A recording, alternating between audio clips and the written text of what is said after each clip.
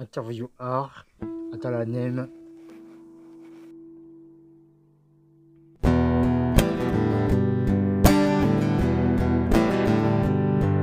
C'est tellement pratique le scandale à coups de clic, partisan du moindre effort.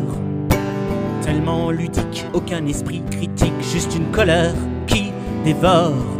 La chaleur d'une absence, ton étoile au loin, aura-t-elle l'impudence au croisé des chemins, au détour d'une route, sous un ciel brûlant, ou aimer sans doute, et des plus imprudents, comme elle vient, comme elle part et comme on l'imagine.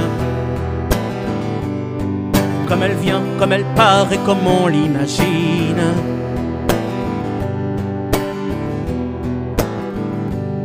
Si le vent portera nos vœux de rédemption à ces gens sans émoi d'en comprendre les leçons, Jane Addams, par malheur, ne laisse nul créneau au lobby des tracteurs féministes sans cerveau. Salut à toi, poète, longue vie à tes désirs, au noir de ta révolte et à tous les martyrs, au baiser profond d'une lente agonie, une âme sans concession, arrachée à son cri, comme elle vient, comme elle part et comme on l'imagine.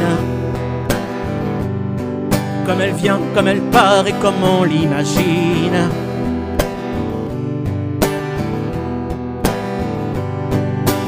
Ici Paris, à l'arrière des taxis, une dernière course vers l'abandon. La chaleur, tu le sens, s'étend dans la ville, juste besoin d'une impulsion.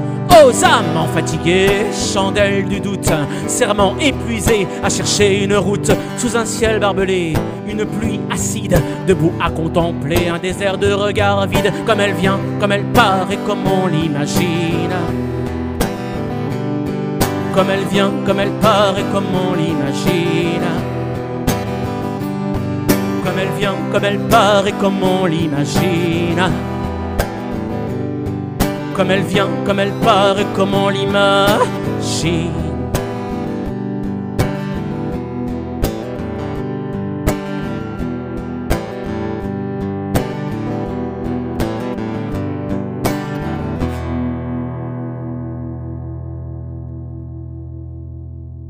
Interview art, Atalanem, 15 décembre 2023.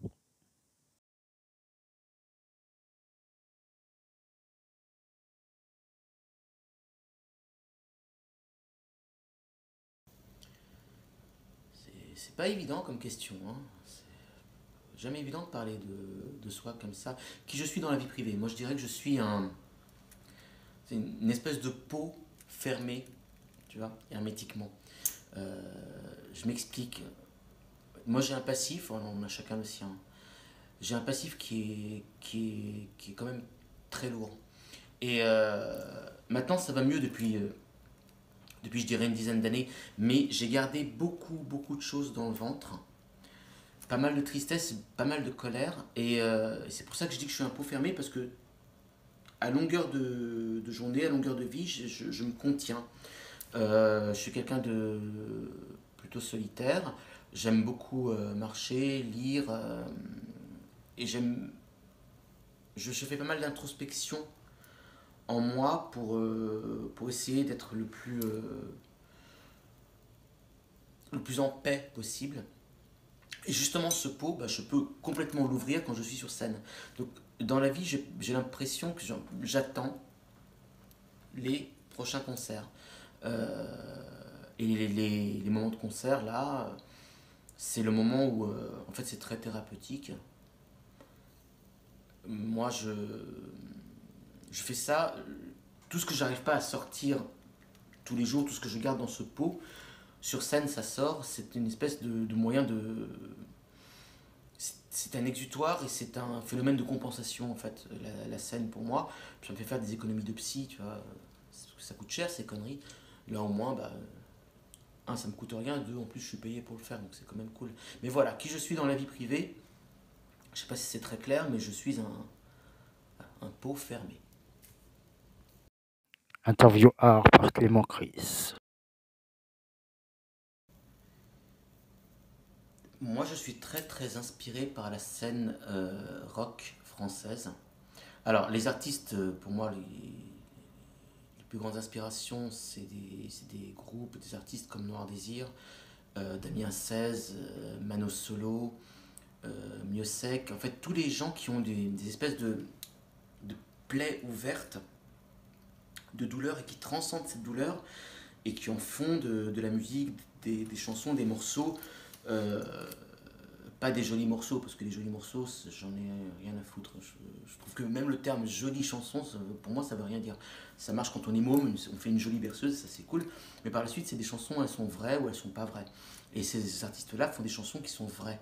Et moi, c'est quelque chose que je trouve juste éblouissant, de prendre une vraie douleur et d'en faire quelque chose. Alors après, je suis fan de Jacques Brel, qui pour moi est le plus grand chanteur-interprète au monde, un poète sans nom, c'est pratiquement un dieu pour moi, Jacques Brel.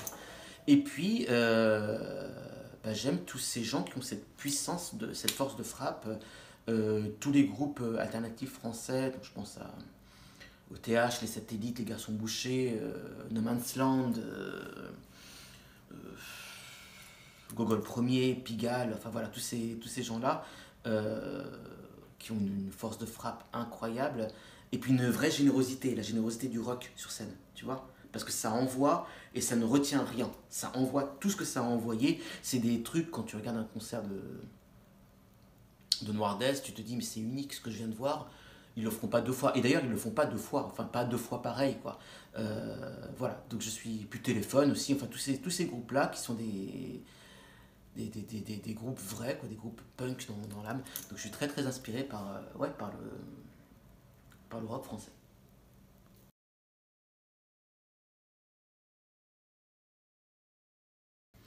Ouais, j'ai découvert le rock vers 15-16 ans. Euh, par hasard, j'avais dit que j'avais un passif un peu atypique. Bah, il se trouve qu'à 15 ans, j'étais dans les témoins de Jéhovah, tu vois le délire. Enfin, on m'avait mis dans les témoins de Jéhovah. Donc, j'écoutais pas du tout de musique, hein. Je passais mes journées à prêcher et puis à dire que vous voulez bien entendre que l'Armageddon était pour bientôt et toutes les conneries qu'on me demandait de dire. Et puis, à presque 16 ans, je suis allé chez un pote et il m'a fait écouter Led Zeppelin. Et j'ai pris une claque monumentale. C'était incroyable. Tu sais, c'était tellement moche autour de moi, parce qu'entre ça va être bientôt la fin du monde, euh, j'ai commencé à boire régulièrement à 15 ans. Enfin bref, il n'y avait pas de laideur, enfin il n'y avait que de la laideur, et il n'y avait pas de beauté, c'est ça que je veux dire. Et à 15 ans, tu as besoin de quelque chose de beau, de marqué, tu vois. Il faut que tu aies de la lumière, j'en avais pas du tout. Et j'ai écouté Led Zeppelin, et là, c'était monumental. Je me demandais comment, avec un bout de bois et 6 cordes, on pouvait faire un truc aussi parfait. C'était incroyable. Page à la guitare, c'était un poète, clairement. Puis bon, la voix de Robert Plant qui tombe dessus, un ange. Tout était tellement bien fait, tellement bien en place, tellement logique, et tellement beau, mais pas dans le sens péjoratif, dans le sens vrai, que voilà, ça m'a mis une claque monumentale.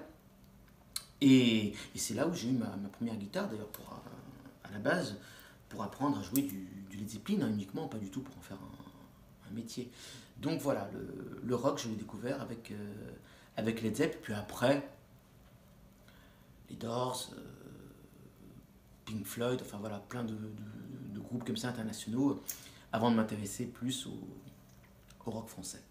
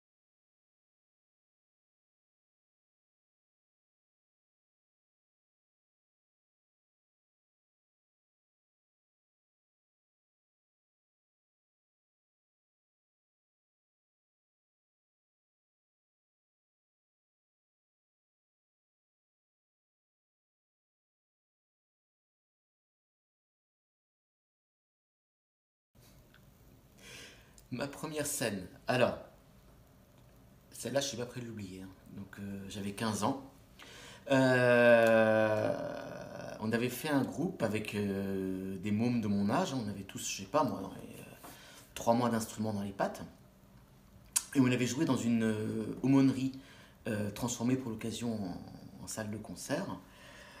Euh, donc, nous, dans notre esprit, on était là, genre prêts à détrôner les Rolling Stones et tout le reste. On devait jouer 1 h 30, on a dû jouer, je sais pas moi, 20 minutes. C'était une cata, mais une horreur. C'était pas en place, c'était pas accordé, c'était pas travaillé, ça chantait faux.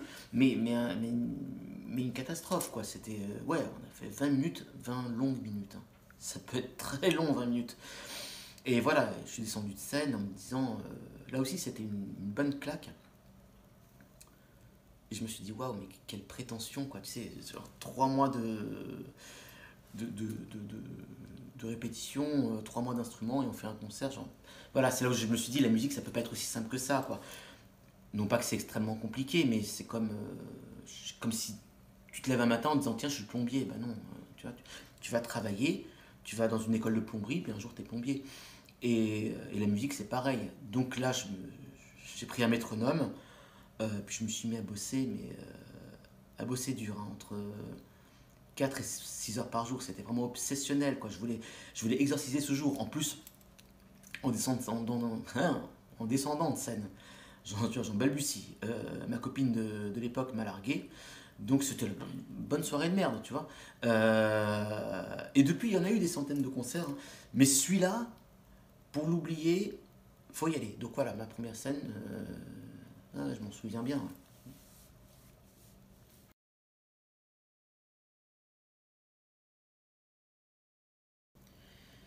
La scène live, bah,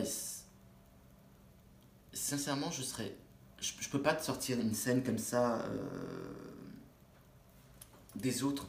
Euh, Toutes les scènes m'ont marqué. Et je dis pas ça pour faire un beau mot, hein, mais toutes les scènes m'ont marqué. Alors il y a eu j'ai eu la chance de faire des très belles salles en première partie, comme l'Olympia, faire le Divan du Monde. Il y a eu des super festivals, quoi, comme la Fête de l'UMA, des tournées en Afrique. Ça, c'était juste génial. Et puis les premières parties, ça, c'est fabuleux, quoi. Voilà, je pense à Grace, Tété, Les Négresses Vertes, No Man is Innocent, Aston Villa, c'est fabuleux. Et puis à côté de ça, il y a eu des petits concerts. Quand je dis petits, c'est juste parce que les lieux étaient petits. C'était des petits cafcons, etc. On jouait devant une quinzaine de personnes. Et puis après le concert, bah, voilà, on se serre la main, on parle de ce qu'ils viennent de voir ou d'autres choses, peu importe. C'est très très humain. Alors là, c'est pas l'euphorie des grandes ou des moyennes salles, c'est un autre délire. Et c'est des moments hyper beaux, hyper précieux. Et comme toutes les scènes sont faites pour extérioriser des choses, elles sont, elles sont toutes belles. Donc en fait, je dirais que moi, la plus belle scène, mon plus beau souvenir de scène, c'est forcément la scène à venir. Et puis après, ça sera celle qui viendra après. Donc j'ai que des bons souvenirs de scène, à part ma toute première. Mais hormis ça, voilà, je serais incapable de te sortir un souvenir du lot parce que c'est pas possible. Interview art Atalanem.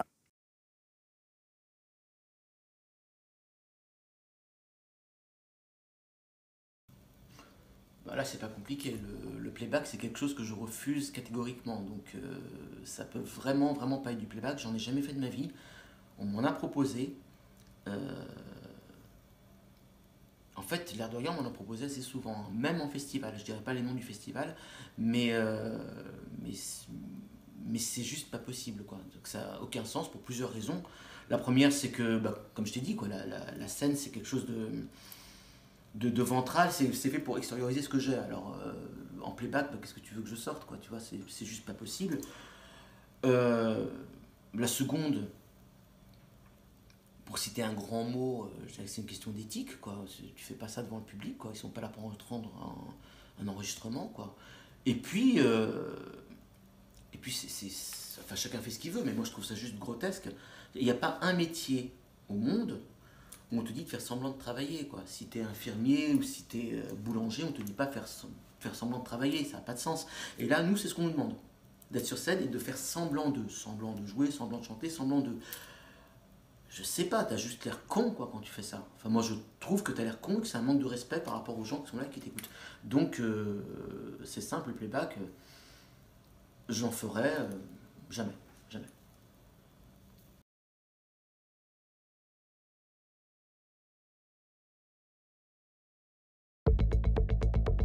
Flash spécial. Le pays est toujours sous le choc. est toujours sous le choc. Ne fait que s'alourdir.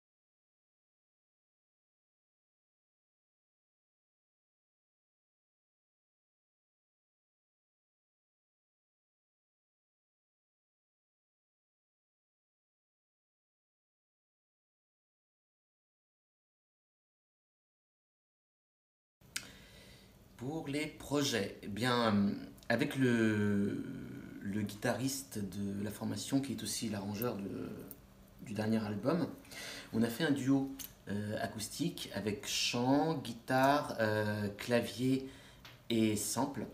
Et, et en fait, là, ce que je voulais en 2024, c'était organiser une tournée parisienne de tous les café-concerts cool qui puent tu vois, le rock et le punk. Revenir un peu aux sources. Tu vois, comme au début, où dès qu'on pouvait brancher une guitare quelque part et jouer, on le faisait. Et ben voilà, très très très envie de ça. Donc pour des concerts acoustiques, mais qui envoient quoi. Je voulais faire je veux faire une grande tournée parisienne en duo en 2024. Donc ça, c'est le projet pour 2024. C'est des concerts, des concerts et des concerts. Et parallèlement à ça, l'écriture du nouvel album, du troisième album est finie. Il y a même le titre qui est trouvé, le titre de l'album. Et là, j'ai vraiment envie de scène. Donc je pense qu'il y aura l'enregistrement d'un nouvel album fin 2024, début 2025. Donc on verra à la fin de la tournée si on a envie de l'enregistrer. Et puis si la prod nous suit aussi, hein, parce que ça coûte des sous. Hein, donc il faut que la prod et le distrib soient encore là. Et dans ce cas, ça serait un nouvel album. Donc là, je dirais que ouais, voilà, c'est ça les projets 2024, concert, 2025, album.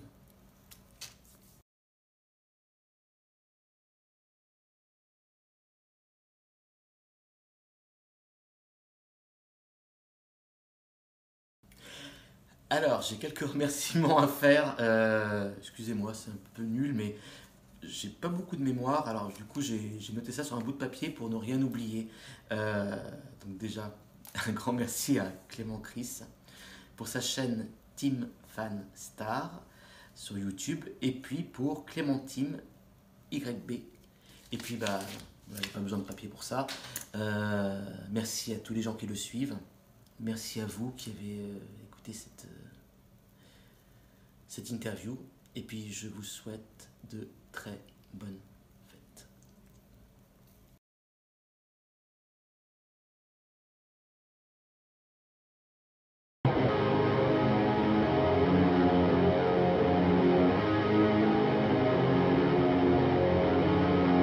C'est ma lune de fiel, d'eau crépuscule, scripté de néant pour que rien ne passe. Troquer mes cadeaux blancs, jouer au funambule, sur ma file de rien qui jamais ne casse. Passer ma nuit de noces à écouter sournois tous ces enfants potins se moquer de moi. À ton ouvert, je laisse passer le temps.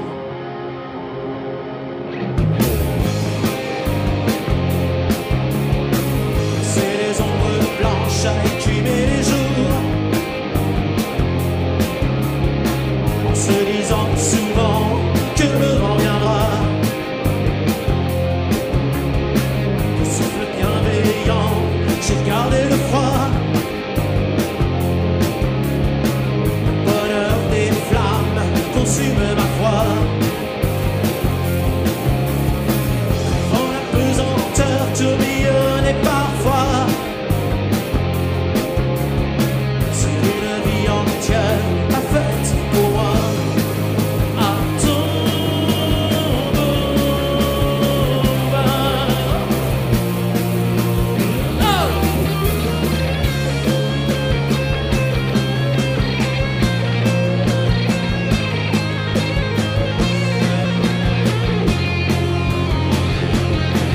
je laisse passer le temps.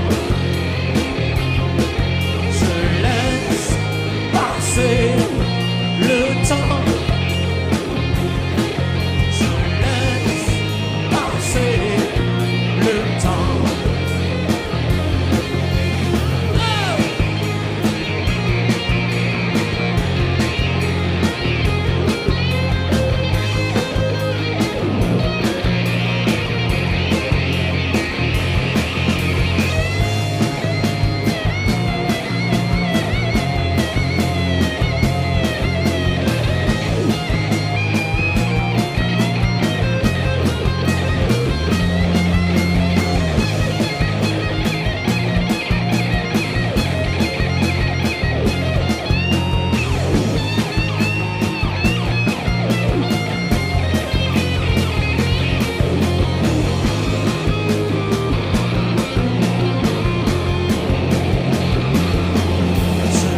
laisse passer le temps.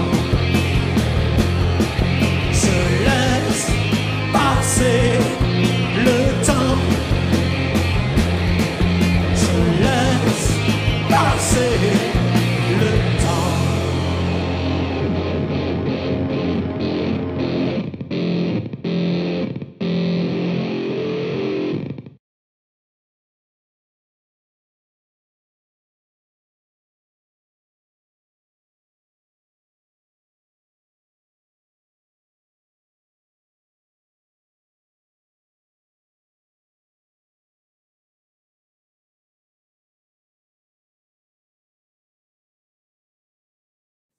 Voilà, donc on voit Clément Chris remercier Atalanem et tous les fans, ses fans, pour regarder cette interview. À bientôt. Bye. Merci Atala.